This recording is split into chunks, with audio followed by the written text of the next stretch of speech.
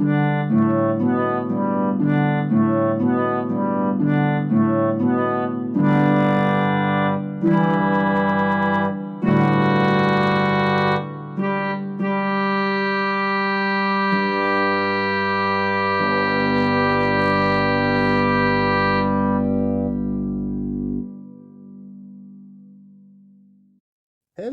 and welcome to episode 11 of the Rain Check podcast about Sweyn Forkbeard. I'm Austin, I'm Donna. I'm who just trying to may or figure out may what a not forked beard looks have like.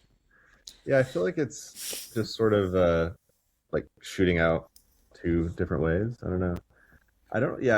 Now that you mention it, I don't have any images prepared for this week, so um, well, use your imagination.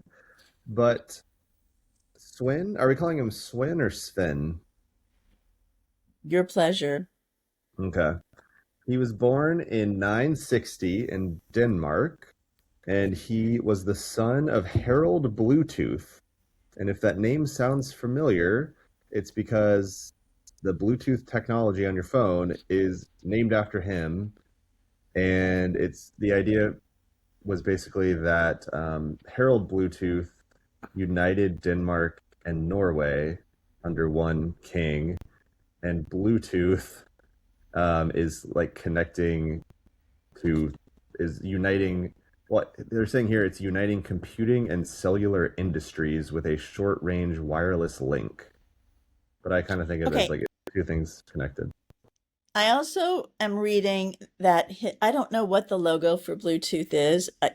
Isn't It's it just both of like his three runes squiggly put lines? together. Yeah. Yeah. It's his runic initials. Yeah. Once you look at it, you can't really unsee it. You're like, yep, that looks very runic. And no one really knows why exactly he was called Bluetooth, but I mean, especially with dental care back then, it's not hard to imagine like some people just had like a really black tooth. Yep. So something like that.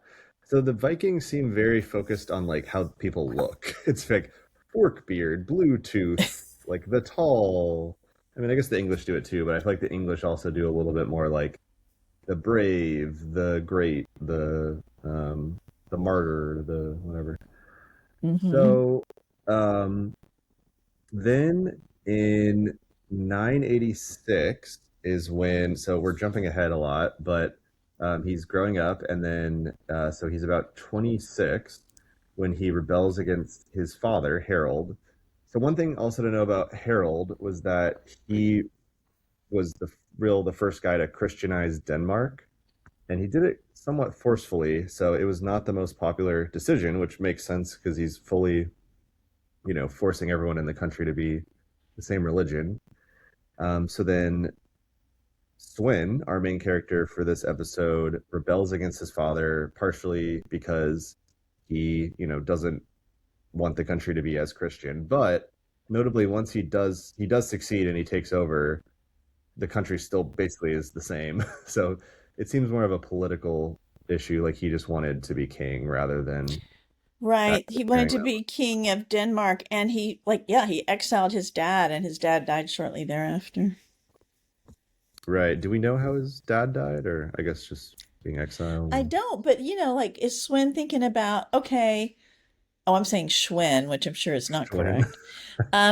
Is Sven thinking about the fact that if it's so easy to exile his father, the king, then someone could exile him? I got to be a little careful about that. Right. No, I know it seems like a dangerous place to be. But he wasn't even satisfied with just being king of Denmark, was he? Correct. Well, like we had said, his father had connected Denmark and Norway, but then when he got killed, or when his son took over, he only had Denmark. So then he had to go and take Norway back again. But I don't think he was actually king of Norway for that long. Do you know about that? Or He took direct control of part of Norway, a particular district, and his allies took the rest under him, and he was right. effectively king. Um, I'm saying that happened in 999 or 1000, which was a very remarkable year. And then by 1013, he adds this other country of which we Okay. Well, before we get know a there to lot. this mysterious country, Just yeah, we said his allies helped him conquer Norway, and those allies were the Swedish king, and pardon my pronunciation, Olaf Scott Konung and Eric Hakanarsson, who was the Jarl of Lade, which I think is in Denmark. And then this was against, yeah, the Norwegian king Olaf Tryggvason, and this is all written about in some Viking sagas, and they kind of talk about this and how part of what was going on was that the Norwegian king Olaf had an ill-fated marriage proposal to Sigrid the Haughty, Oh, Haughty. Um, yes. and so basically, she didn't want to marry Olaf, and then she eventually marries um, Sven. Sven. So it's a lot. There's a whole love triangle going on here as well. Right. So let me talk a little bit about Sigrid. Okay. She does appear in the Norse sagas as a formidable Whig figure. She had first married a guy, Eric the Victorious of Sweden. That's a good That's a name. good name. Yeah. And then Olaf Tryggvason courted her, as you just said, and she rejected him.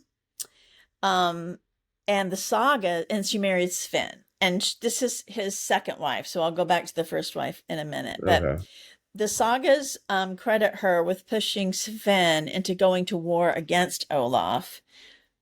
I don't know what the woman had against Olaf, but Right. she'd How already bad turned was him that down. But now marriage she's like, now proposal? you got to go defeat him too. And she supposedly is the one that caused him to go into this battle in which he defeated Olaf and brought Normandy under Danish control. And then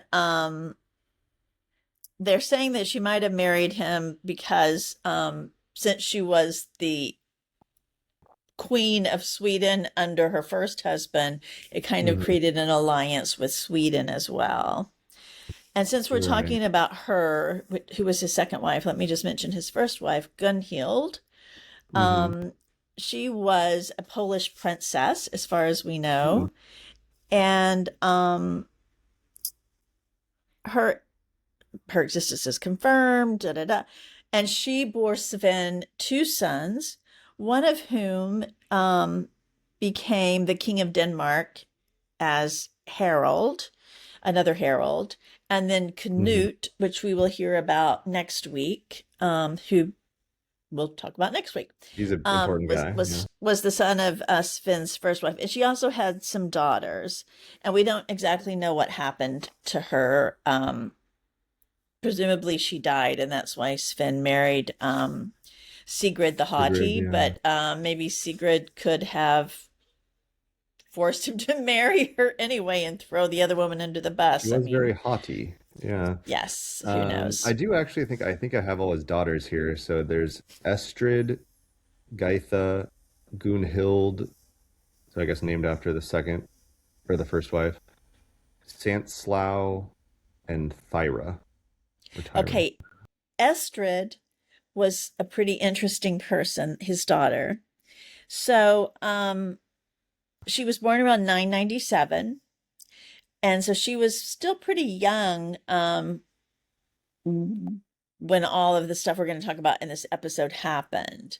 And Hmm. she came under the guardianship of her brother. And I guess we'll have to talk about this a little bit next week because a lot of this, but just as a little note about her, she her blood runs through today's British royal family. Hmm. Every British monarch since um, James the First of England, who became Hmm. King of England in 1603, has been a descendant of Sven Forkbeard through Estrid. How did that happen? Well, it's because her granddaughter, Margaret of Denmark, Mm. married James the Third of Scotland. Oh, And James wow. the Third of Scotland's child eventually became King of England. Wow. So she really has the last laugh over all these Yeah. guys. And Sven too, right? Because That's what I it's mean. Yeah, his, Sweyn is yeah. really, I mean, especially him more than anyone else. He kind of gets the short end of the stick. Yeah, so going back to kind of England, after he, really consolidates his power over in the that region, he goes over to England in Scandinavia.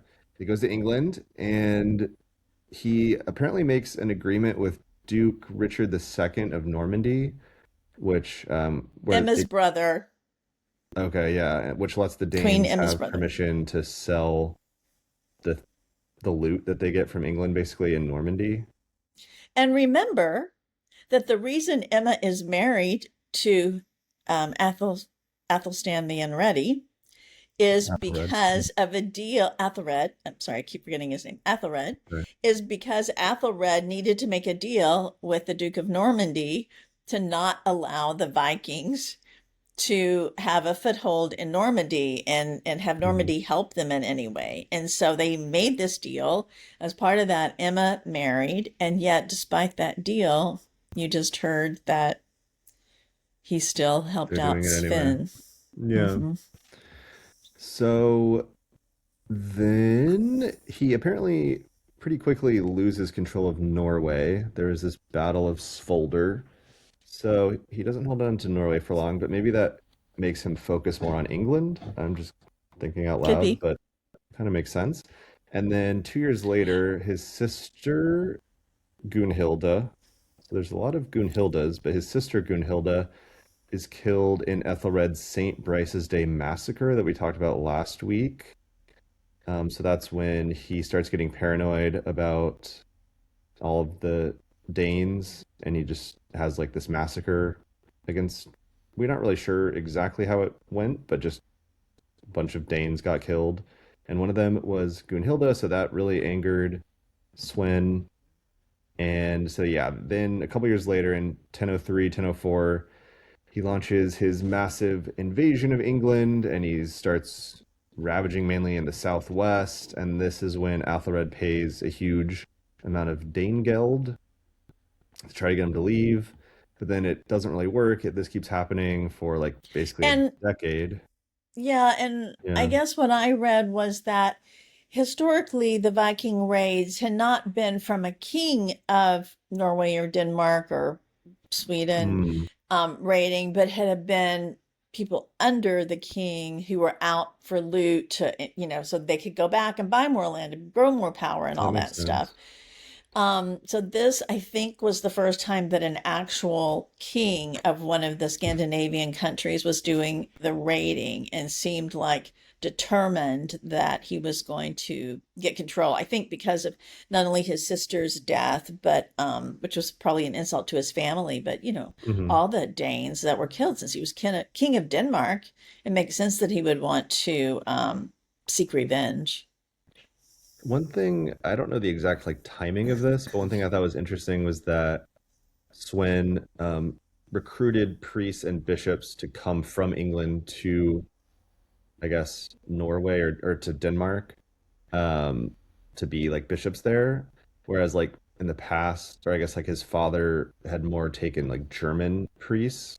But it seems like Mm. Swen was trying to kind of separate himself from there's this Archbishopric of Bremen, which is in modern day Germany, but apparently it was a really powerful like archbishop. It was kind of like the Archbishop of Canterbury in England. It was like their most powerful one in the area. So anyway, it just seemed like he was maybe trying to focus more on England, just to separate himself even more from Germany. Yeah, Um, and maybe he thought that that particular bishop was getting too much power, and Too so he much wanted to power, yeah. dilute it or something. Yeah. So basically, like I said, for all the way until 1012, he just keeps doing these periodic raids while also being king of Denmark. And England just keeps paying the tributes. And I don't know when it kind of switches or when if he's doing it right from the get-go, but not only was it different that he was a king, but also it's basically the first time that a Viking raid was actually trying to conquer England and wasn't just raiding it, but he was actively trying to conquer England.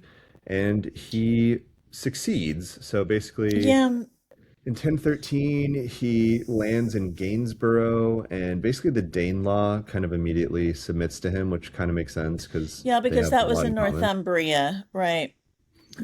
And in the summer and fall of 1013, he sweeps through England. But apparently, London does resist. Ethelred holes up there, and Thorkel the Tall, who was a Viking leader who had defected to Ethelred, which is, I didn't really look into why, but that seems interesting. And they held their ground in London, but Wessex Actually, submits. I'm not getting this from any current research. I'm just Yeah. hearkening back to my recollection of a trilogy I read about Queen Emma, which was a Hmm. historic fiction, which I highly recommend. Okay. Queen of the Shadows by Patricia Bracewell. So, so good. Um, but my recollection is that it was actually the English king, whose name I keep forgetting, son, Ethelred? eldest son, um, Edmund, who was defending London. Oh, well, maybe he was there too, but maybe Thorkel was also there. Yeah, Or maybe Ethelred wasn't yeah, there. yeah. So anyway, basically by Christmas of 1013, Sven is accepted as King of England. So he's the first Viking or first, you know, Danish or Scandinavian person to fully be the king of all of England. But this is when I feel like these last couple episodes have really been these turning points where if something had gone differently, it could have completely changed history because only about 5 weeks later, suddenly dies in And he hadn't Gainsborough. been crowned yet either. Oh, I didn't realize that. He had been declared king on Christmas Day, but he was, for some reason, he hadn't yet been crowned. Wow. So then he only made it to February 3rd. So that is really short. Yeah, And he was yeah. only 54. So I don't know. It just seems like if Sven had lived for even another year, then it would be what much more solidified that England would be like basically under Danish control. But because it was such a short amount of time, it kind of made this weird situation where a lot of the nobility welcomes back Ethelred, and they specifically say you can come back, but you just have to do a better job. Like you just have to just do better. Also, also, they had fled for exile to Normandy Right, right. to Emma's family, which again we had just said that Normandy was helping Sven, but Hmm. also Normandy was where they fled when they were in exile for the 5 weeks that Sven was in charge. Yeah, I mean, when sons are literally just killing their fathers, it's like the alliances are very all over the place. But yeah, it is interesting how even like right now, like Normandy is pretty connected to England. I mean, I guess they're fairly close together, but yep, it's foreshadowing a lot about what's going to happen. Right, just the close relationship between England and Normandy that started developing during this time. Yeah, and I guess I won't say too much because then next week will be interesting because we'll talk about his son Edmund Ironside. So Who we'll I try not really to. like. We'll talk about his life, and then we'll go into Canute. So it's kind of funny. Like last episode, and then this one, and the next two are almost all happening almost at the same time. We're like talking about like the four main guys separately, but a lot of this is overlapping. And Emma's there for all of it. Mm-hmm. So Sven is the only king to conquer England by making the existing king flee while he was still alive instead of by Oh, killing him. There were others who took over after killing the king, but he's the only one who didn't kill the king but still took over. interesting. And however, as we said, he didn't live to consolidate his reign or even govern, but he just set the stage. Um, One thing I thought was interesting was that Sven's older son, Harold II, becomes king of Denmark, and then it's Canute, who's his younger son, who he's going to give England to. So it's kind of interesting to me that he doesn't just give Harold both, but I guess it's also Yeah. nice that he wants to split it up between his sons. Well, maybe he also realized, and this is going to happen for a while under Canute's reign too. People are trying to rule in Denmark, Norway, Sweden, England. It's a lot Mhm. because in those days, it took some time to travel by boat. There weren't phones or telegraph machines or, easy way of getting word. So I can imagine how difficult it must be. And these are not countries with people who are just like super meek, follow, these are Right. countries where they're constantly having war against the king. So it would be super hard for the same person to rule all of the countries, I think. And maybe he just Yeah. recognized that. Yeah, it is interesting. Like even in Scandinavia, it's not that often that someone's ruling Denmark and Sweden and Norway and Finland, even though you'd think that would have happened more often. But yeah, it's hard to, especially England is so far away. Um, Yeah. And England by this time is now exhausted because they've had now decades of all these raids and not being ruled very well. So it's not in a great position. mhm. But I did actually see somewhere that around this time, I don't know, I feel like I sometimes think of England as a little bit like separate from Europe and maybe like a little, it was seen like a little bit more of like a backwater by some of like the other like French people or something like that. But it was one of the most centralized kingdoms in Europe by this point because it had like taxation, it had the shires, regional administration, law codes, coinage, written records. So it was a pretty, I mean, Yeah. if you're trying to conquer a country, I feel like it's a nice thing because it's Ooh. very clear, like, okay, it's this one island and Yeah, which I think I that don't know. maybe Alfred had something to do with when he started the system.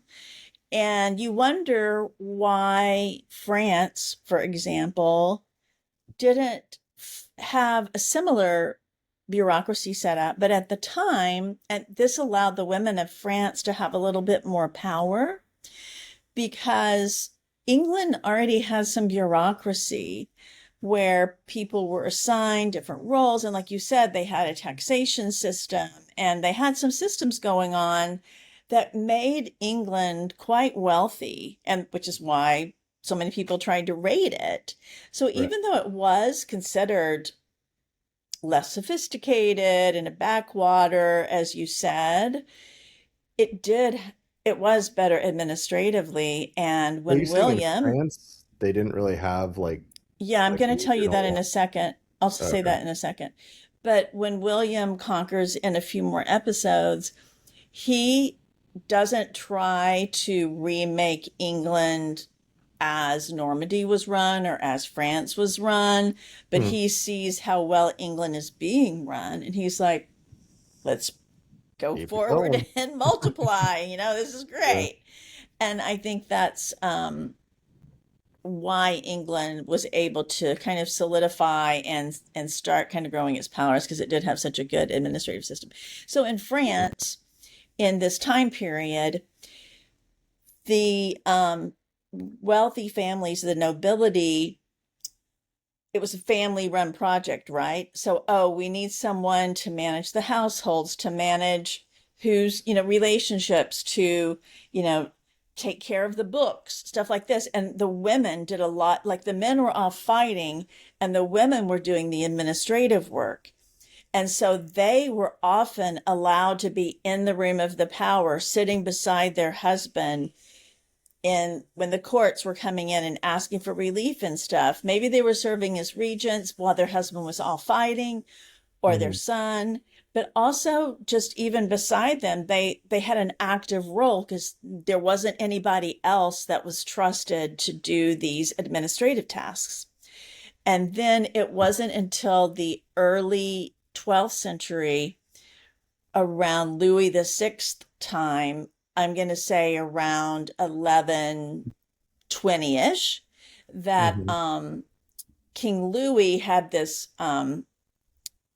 had some people that he really trusted, that he started saying, okay, well, you be the person that's in charge of this. And so he started kind of creating a bureaucracy, and that started developing fairly rapidly after that time. And so the Mhm. power of women started decreasing. We always think Hmm. that you're gradually increasing, but it's not true. Like Right. women had more power, and then after they came up with this more bureaucratic way of administering the country, then they lost their role and they were relegated to just less powerful positions Right. Well, I mean, that as a general rule. I mean, this is all just very, general, but no, but it's also like I've just read that a lot of the more like nomadic societies or like even the early farmers were more matriarchal than later like medieval kingdoms and stuff. So yeah, hmm. progress is not always like a straight line going up. Um, I was actually just reading about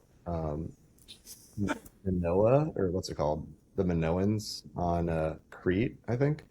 But yeah, Yeah. they apparently they just don't really have many paintings of kings, so it doesn't seem like it was just fully like a matriarchy, but it Patriarchy. was like like we were saying before, the men would go out and like not even just necessarily fight, but they'd just be going out in the boats and trading and all that stuff, and the women were the ones that would stay on the island and do politics and do run shops and probably farming and stuff. So, And that got destroyed by a volcano, right? Or something like that. yeah, there was a volcano on one of the islands that erupted in this huge eruption, and that started, the downfall, and then the Mycenaeans on the mainland end up taking over eventually. But um, We're so going to rise again, though. they will rise again. Yeah, Matriarchy. yes. But I wasn't. Wait, so it seems weird that France just really didn't have like local politicians or like local like governors. Just the king did everything. I'm That seems. speak. Well, no, I'm speaking very generally. The king really only controlled Paris and the immediately surrounding area.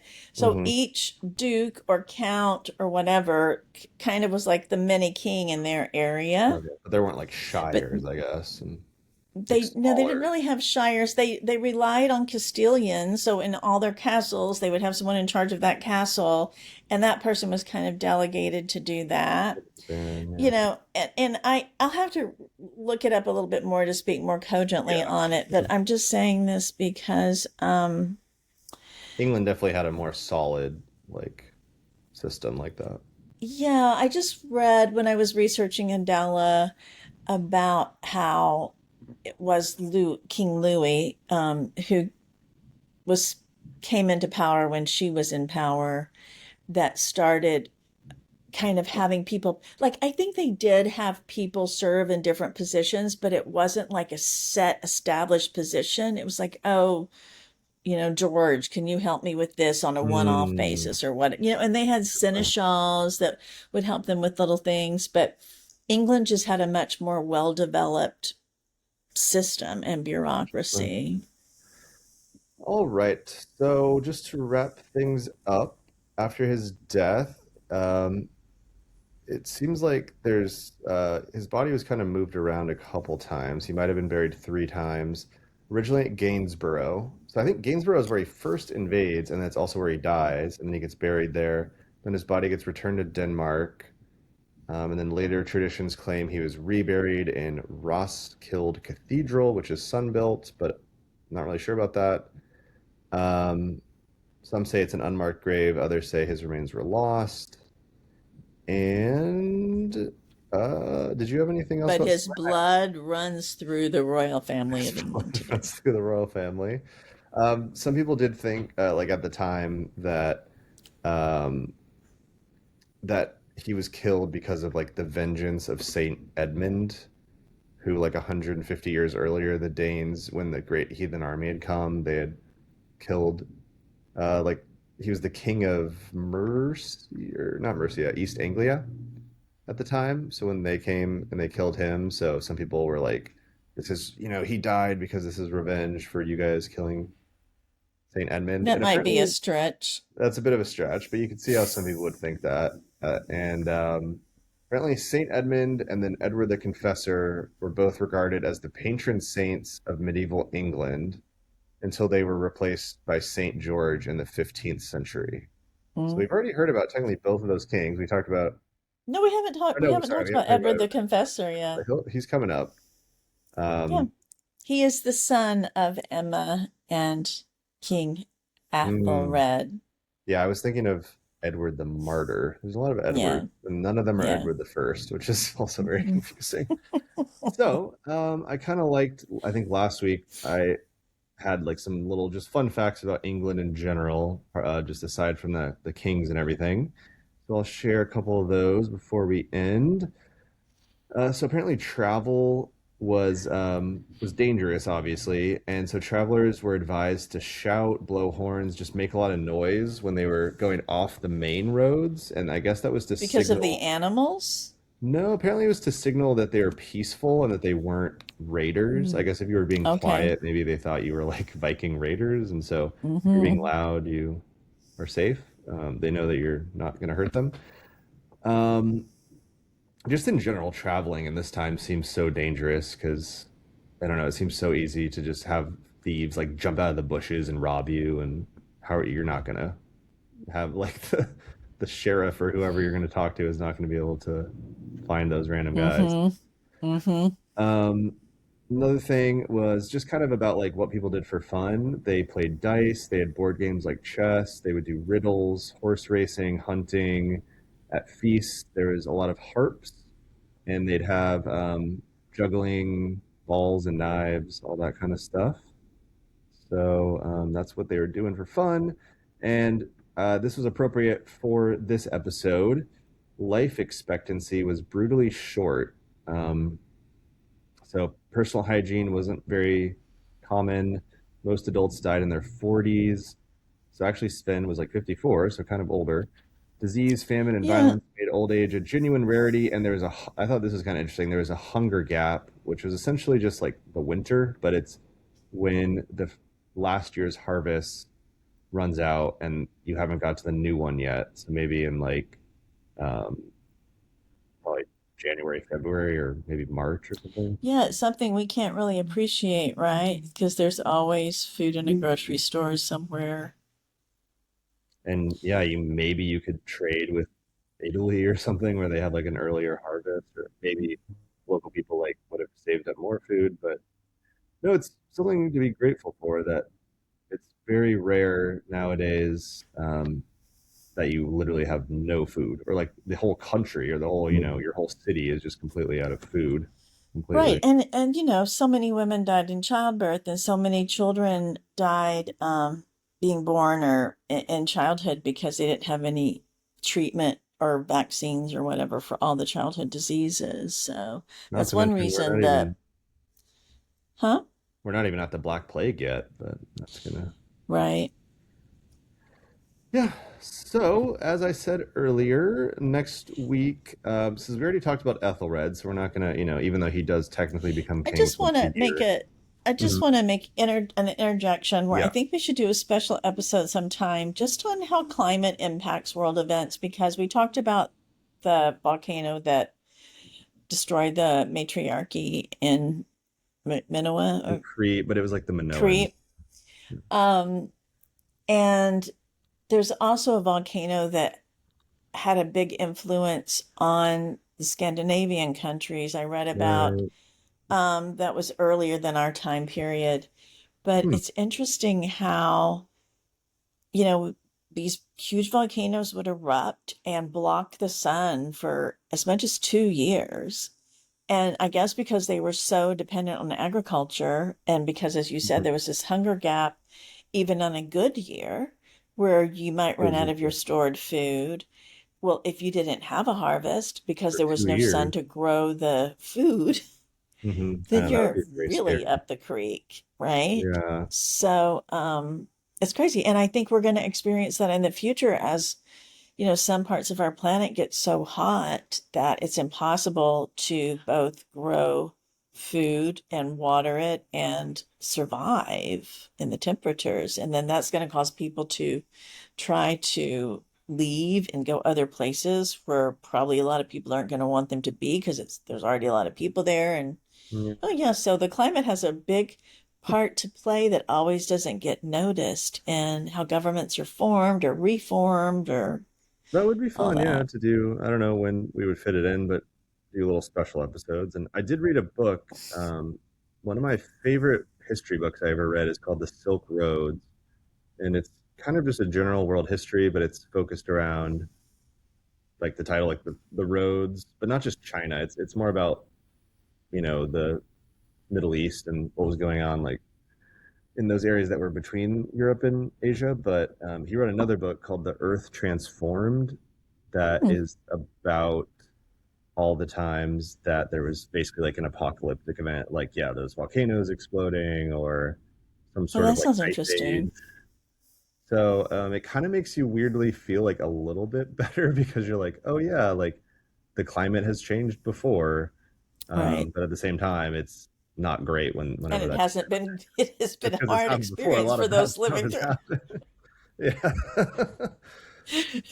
So anyway, On that pleasant on note, that note, buy up land in Antarctica. Um, all right. Well, I hope you enjoyed this kind of a special episode. I don't have my chain mail in Sven. honor of I wonder the if fact we're that it's really Viking. count. I wonder if people in England count Sven as a king since he wasn't I think a lot of them don't, honestly. crowned. Yeah, Yeah. I mean, a lot of people but honestly start with William, but yeah, if you're going, he was um, declared king, so I think it's he's right kind of, that we yeah.